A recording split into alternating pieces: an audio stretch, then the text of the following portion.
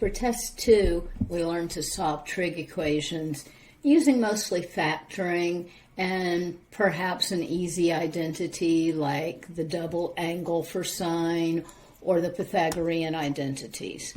Now we're going to add in all the double angle, the half angle, sum to product, rewrite expressions with trig equations and solve, giving all of the solutions in an interval. And we'll even be having coefficients next to the theta, which adds another level of complexity. So solving trig equations.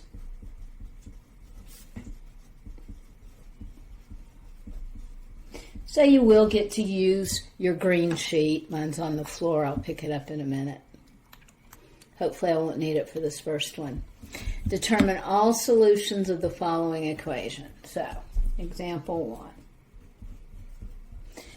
I have cosine of 3 cosine theta plus 3 equals 2 cosine squared theta. I'm not even going to write that down because I know I want to replace cosine squared with 1 minus, or sine squared with 1 minus cosine squared. Yeah, you could have done this in the last unit. We're kind of easing our way into this. So 3 cosine theta plus 3 is equal to 2 minus 2 cosine squared theta. Get everybody on one side of the equal mark so it looks like a quadratic. And I like positive leading coefficients, so I'm going to bring 2 cosine squared theta over to the left-hand side. Then I have plus 3 cosine theta, and I have 3 minus 2 is a plus 1 equals 0. Now, you've been doing this for a while. If you don't want to do the substituting, you don't have to. I'm going to go ahead and do it. I'm going to let u be equal to cosine of theta. Then I have 2u squared plus 3u plus 1 equals 0. And I know some of you don't like u. If you want to use t, use t. Use whatever letter you want to use.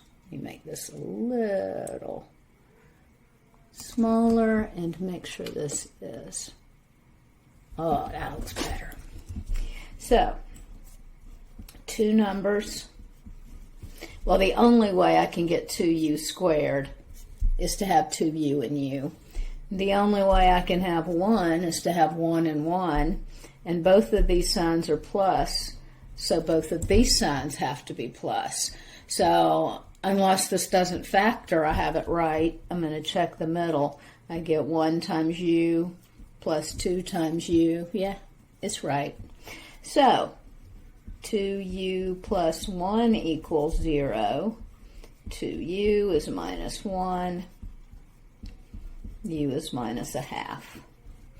U plus 1 equals 0, so u is minus 1. And we're asked to determine all solutions.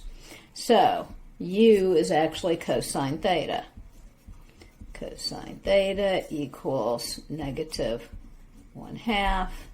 So theta, and now after laws of sines and cosines and working with vectors, we're back to radians instead of degrees. We want our answers in radians when we solve trig equations.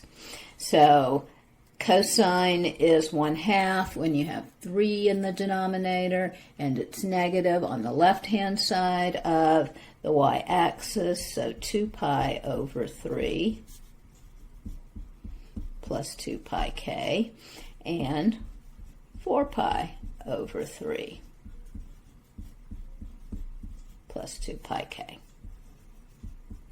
Over here, u is equal to negative 1. That means cosine of theta is equal to negative 1. So theta is equal to 3 pi halves plus 2 pi k. And there we have the pretty answer.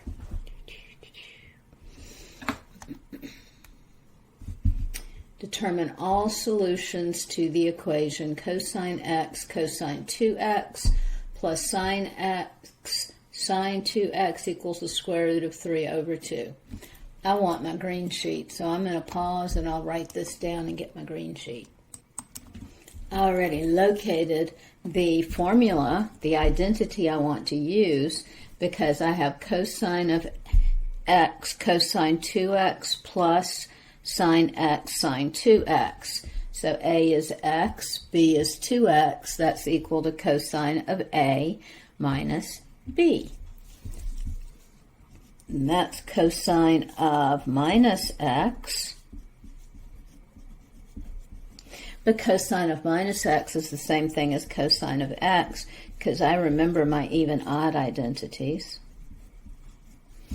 So cosine is square root of 3 over 2 when we have 6 in the denominator, and it's positive when x is equal to pi over 6 plus 2 pi k, or x is equal to 7 pi over 6. No, 11 pi over 6. That's the positive one. Yes, because we need to be to the right of the axis. 11 pi over 6 plus 2 pi k. And let's make sure I have it right. Whoops. There we go. Pi over 6 and 11 pi over 6. Another example. Now this is one, like I mentioned earlier, where we have something multiplied by our variable. So we have a coefficient there on x. That makes it really important to do the 2 pi k. That way you can find all of the solutions that live between 0 and 2 pi. This is example 3. Sine of 3x is equal to 1/2. So sine is 1/2 when it's above the axis and pi has 6 in the denominator.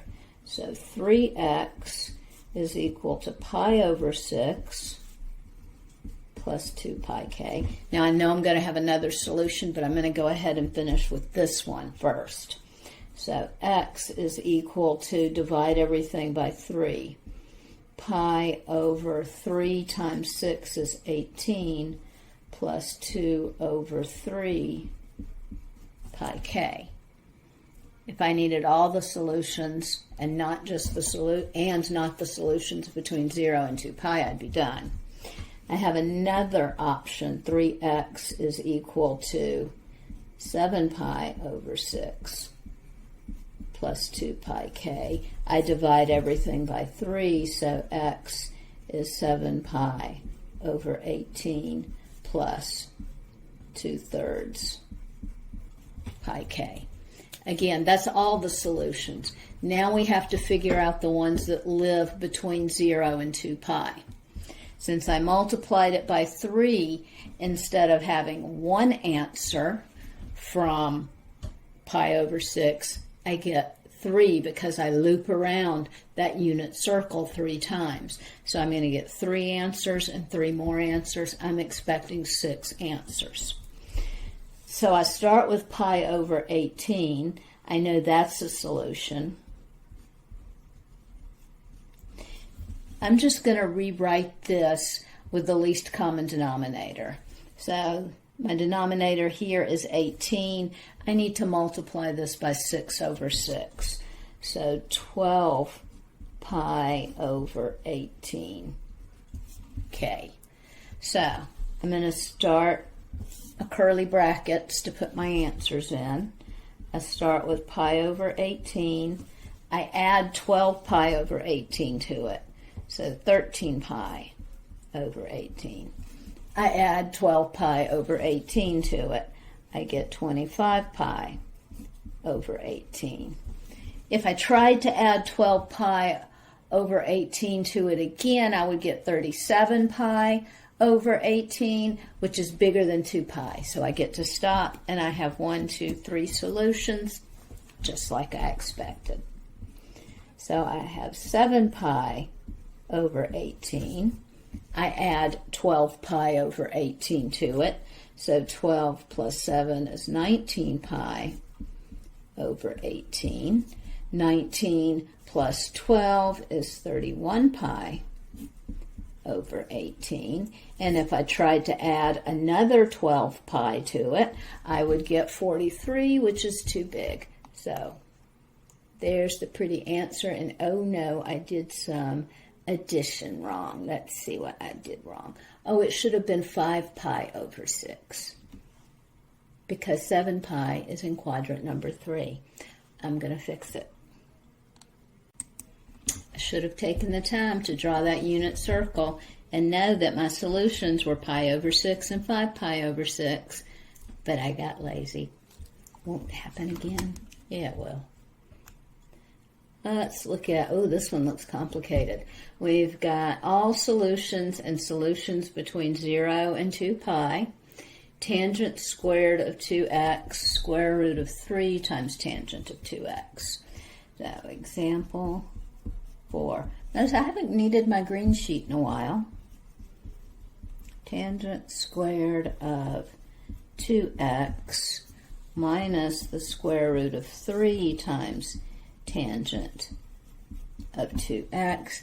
And I'm feeling pretty good about this one now because it's a quadratic, but it has a common factor. All I have to do is factor out tangent of 2x, and then I have tangent of 2x minus the square root of 3 is equal to 0. So that's not so bad.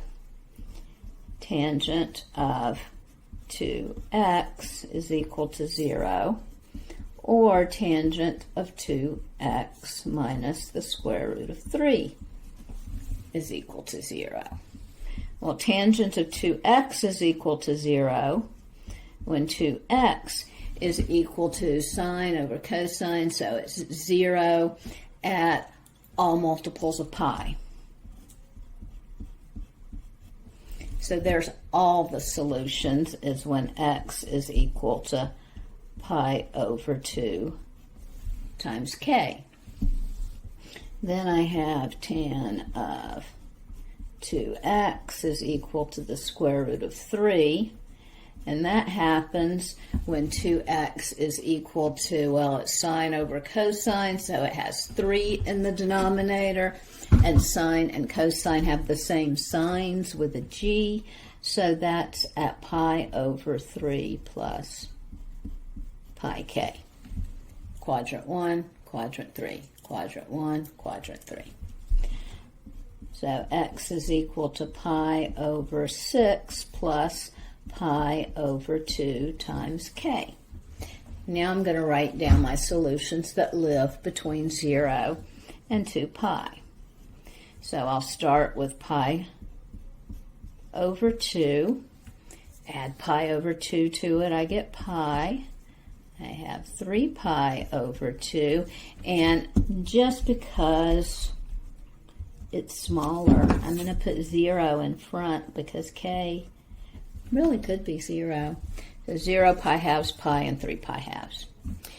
Then I have pi over 6. Well, this is pi over 6 plus 3 pi over 6 times k. Just getting my common denominator so I can wrap my brain around that addition a little better. So pi over 6 plus 3 pi over 6 is 4 pi over 6. 4 pi over 6 plus 3 pi over 6 is 7 pi over 6. And 7 pi over 6 plus 3 pi over 6 is 10 pi over 6. And if I tried to add it again, I would end up with 13 pi over 6, which is too big. And yes, if you want, you can rewrite this as 2 pi over 3 and this as 5 pi over 3. And there's the pretty answers where I did write them in lowest terms. Oh, good, some practice problems. Okay, so give A a try. Gonna need that green sheet. and we'll meet back and compare answers. It just happened to use the same identity that the last one did, and the answer came out to be just 0, so I felt dubious about that.